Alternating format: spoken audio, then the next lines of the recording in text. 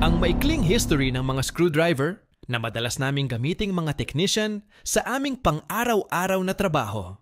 Unahinan po natin itong Phillips screwdriver. Ang Phillips screwdriver na isang karaniwang kasangkapan na may dulo na hugis screws ay inimbento ni John P. Thompson. Pinatent niya ang disenyo noong 1932.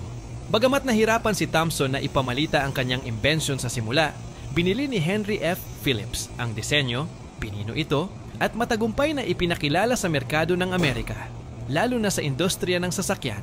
Ang disenyo ng Phillips screw na nakasentro sa sarili, self-centering, at ang kakayahang humawak ng mas malaking torque ay nagpagaan sa paggamit nito para sa mga automated assembly line.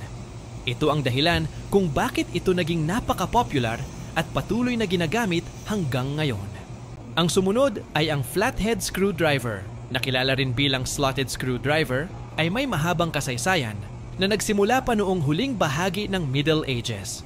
Ito ay lumitaw kasabay ng paggamit ng mga turnilyo sa gawaing kahoy at metal. Nag-evolve ito bilang isang mahalagang kasangkapan para sa paglagay at pagtanggal ng mga turnilyo, lalo na nang dumami ang produksyon ng mga turnilyo sa panahon ng Industrial Revolution.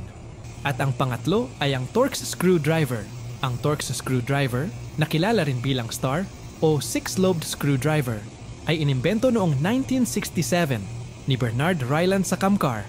Ayon sa Hagerty Media, idinisenyo ito bilang alternatibo sa Phillips screwdriver na ang layunin ay tugunan ang problema ng camming out kapag ang screwdriver ay dumudulas palabas sa ulo ng turnilyo habang nilalagyan ng torque.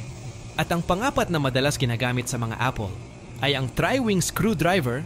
Ang mga tri-wing screwdriver, na kilala rin bilang triangular slotted screwdriver, ay binuo para gamitin sa isang partikular na uri ng turnilyo na may tatlong hugis pakpak na puwang at isang maliit na butas na tatsulok sa gitna.